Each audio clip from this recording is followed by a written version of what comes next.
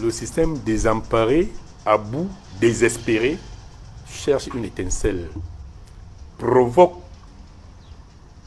les partis politiques pour qu'ils puissent lui offrir une opportunité. Et ça me rappelle, avec mon frère de l'UPC en face, des années 58, ce qu'on a fait à l'UPC, c'est-à-dire pousser les partis politiques à bout pour justifier une répression sanglante. C'est la stratégie parce que aujourd'hui, le système est désespéré parce que la vérité, vous m'avez posé la question au début quand je vous ai dit que la pression c'est ailleurs, c'est pas chez nous. Le système est coincé. Le RDPC n'a pas de candidat à l'élection présidentielle. Donc s'il y a des gens qui ont des problèmes de candidature, c'est bien le RDPC. Alors, pour éviter d'aller aux élections, il faut créer, il faut chercher un prétexte. Et le prétexte là, ils veulent le chercher auprès des partis politiques, c'est-à-dire qu'en les poussant à bout, pour chercher une espèce de ras-le-bol qui va s'exprimer. Et à partir de là, ils vont profiter pour réprimer au sang, comme ils l'ont fait avec l'UPC. Ça leur permettra de continuer. Parce que là, il n'y aura pas d'élection. On vous parlera de maintien de l'ordre et autres. Donc, voilà la stratégie du RDPC. Et donc, ce que moi, je peux dire, ce que je vais dire aux Camerounais, c'est que la révolution aura lieu bien cette année, 2025. Mais elle aura lieu dans les urnes. Vous dites révolution. Je dis la révolution aura lieu dans les urnes. La révolution aura lieu dans les urnes. Et conformément à notre discours au MRC, nous parlons de changement dans la paix et par les urnes. Donc, je dis que cette année, il y aura bel et bien révolution, mais cette révolution se fera dans la paix et par les urnes. Donc, les Camerounais sont prêts. Ils ne vont pas céder à la provocation. Vous allez observer tout ce qui se passe là, que ce soit les menaces, le discours du ministre de l'administration territoriale, qui est essentiellement provocateur, qui est essentiellement de l'intimidation. Ça rentre dans la logique de la provocation. Que ce soit les nominations, que ce soit le refus par Elekam de publier la liste électorale, tout ça rentre dans le cadre, c'est-à-dire qu'on veut chauffer le peuple, on veut le pousser à bout. Que ce soit les nominations au Conseil constitutionnel, tout ça rentre dans cette logique. C'est-à-dire que le RDPC cherche un sparring partner, il cherche un prétexte pour plonger le Cameroun dans le chaos, afin de justifier qu'il n'y ait pas élection. Et nous, nous disons que cette année, il y aura élection au Cameroun. Et nous sommes convaincus que les forces du changement, toutes tendances confondues, au fur et à mesure que l'échéance va approcher, sauront trouver le chemin, le juste milieu pour atteindre cet objectif, pour libérer définitivement le peuple camerounais. Donc, en ce qui nous concerne, nous, ce qui se passe là maintenant, ce n'est plus du musulman. Non, ce n'est pas le musulman. C'est de la provocation.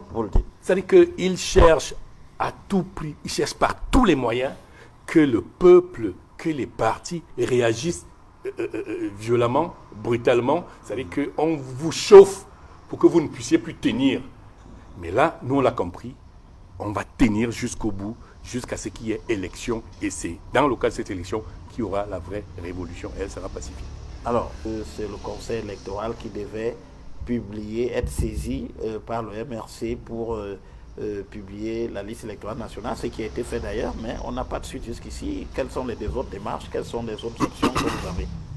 Alors, je voulais d'abord rappeler que les démarches du MRC ont un objet pédagogique. Parce qu'il faut que les Camerounais s'imprègnent, intègrent que dans une société, dans un État, la loi est la base, est le fondement, est le support sur lequel tout le monde devrait s'appuyer. Même si, pour l'instant, la loi est sauvagement agressée par le système en place. Mais le MRC prend la peine d'utiliser les voies de droit pour éduquer les populations, leur dire que dans une société, la société à laquelle nous aspirons, il faudra toujours s'appuyer sur la loi. C'est-à-dire que nous ne sommes pas naïfs de savoir que les procédures que nous initions, que nous intentons, ne vont pas prospérer. Mais l'objectif est de rappeler, de dire aux citoyens que dans un État il faut s'appuyer sur la loi, sur le droit. Donc, les procédures, elles continuent. Vous savez, je vais vous dire, dans ce pays, Moïse Kamto est exclu du système judiciaire. C'est-à-dire que Kamto ne peut porter plainte à personne dans ce Cameroun et qu'elle prospère, quel que soit ce qui lui arrive. Vous avez vu, il a porté plusieurs plaintes aux gens pour avoir été outragés, pour avoir été vilipendés. Aucune de ces plaintes n'a connu ne serait-ce qu'un début d'instruction. Vous avez vu des gens devant le domicile de Kamto. C'est-à-dire que chaque citoyen doit être protégé par le pays. On a vu des individus devant sa résidence, le menaçant de mort, alors qu'il y avait la gendarmerie, la police à côté. Personne n'a intervenu. Ces gens sont repartis. Il n'y a jamais eu de poursuite contre ces personnes. Donc c'est pour vous dire que c'est que toutes les procédures du MRC ont pour objet, parce que nous préparons le peuple à ce qu'il intègre que dans un état de droit, on s'appuie sur la loi. Donc, des procédures, il y en a. On continue, on est reparti au Conseil constitutionnel. Oui. Nous sommes repartis au Conseil constitutionnel. Nous savons ils vont toujours jongler.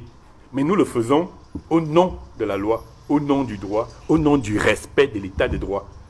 Et ça permettra, parce que quand nous allons arriver aux affaires, le peuple nous rappellera que vous avez fait prévaloir à un temps le droit. Il faudra qu'on réponde positivement, qu'on démontre que nous étions les défenseurs de la loi.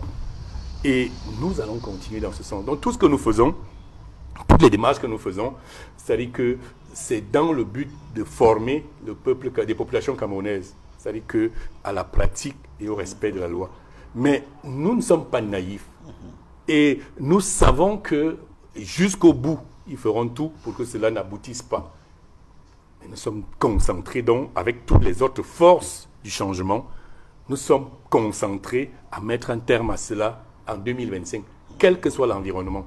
C'est-à-dire qu'ils peuvent confisquer le droit, ils peuvent confisquer les lois, mais le peuple répondra. Le peuple va se lever en 2025 pour dire ça suffit. Ils ne pourront plus rien faire. Alors, mais il y a quand même la question de la candidature de Moïse. Quand on a vu que les enchères sont montées ces dernières semaines, quand je parle de musulmans, s'il existe le musulman de l'opposition ou des forces de l'opposition, cette question-là cristallise le débat actuellement quand même. Non, vous savez, le débat sur la candidature Moïse Kamto est une distraction. C'est une distraction, en fait, avec pour objectif de démobiliser les populations, c'est-à-dire que les sympathisants ou les soutiens de Moïse Kamto, avec pour objectif de discréditer le candidat. C'est ça l'objet de cette démarche-là.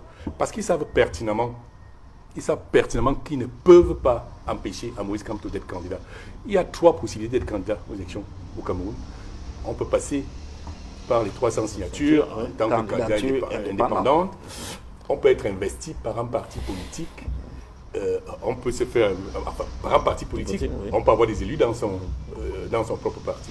Alors, si on nous laisse croire que dans un pays de près de 30 millions d'habitants, avec je ne sais pas combien de possibles signataires qui existent pour les 300 signatures, et qu'on vous dise que un citoyen ne peut pas obtenir seulement 30 signatures dans toute une région, cela démontre, c'est la preuve que nous avons affaire à un système qui a confisqué tous les corps sociaux, qui les a pris en otage, qui les a séquestrés. Parce que c'est ça que ça veut dire.